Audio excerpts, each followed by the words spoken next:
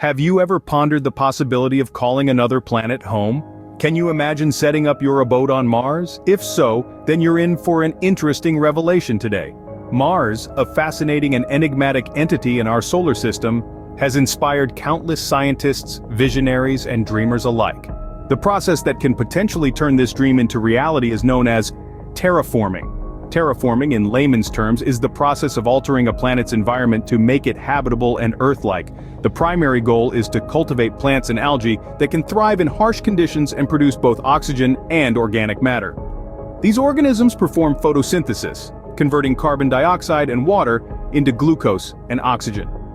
The oxygen gas not only helps increase atmospheric pressure, making the air breathable for animals, but it also provides organic matter, serving as food and biomass for other life forms. There are various techniques that one can employ to kickstart terraforming on Mars. Mars lacks an atmosphere, which is a crucial prerequisite for life.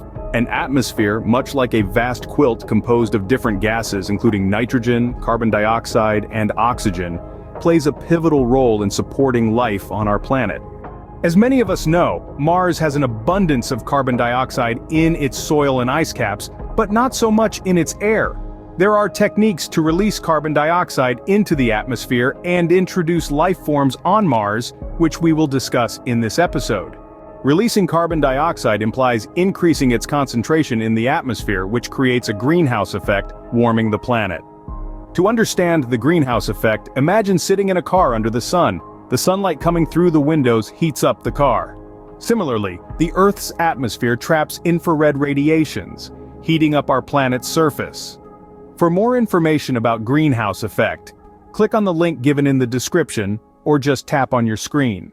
To release carbon dioxide into the atmosphere, one can employ the following techniques.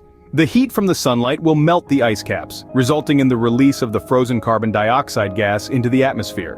One can also create new strains of bacteria that can adapt to Martian conditions using genetic engineering or synthetic biology. In genetic engineering, changes are made to the DNA of bacteria, making them resistant to cold, drought, salinity, and radiation. These customized bacteria can be introduced to Mars. They will produce gases like methane and carbon dioxide through their metabolism.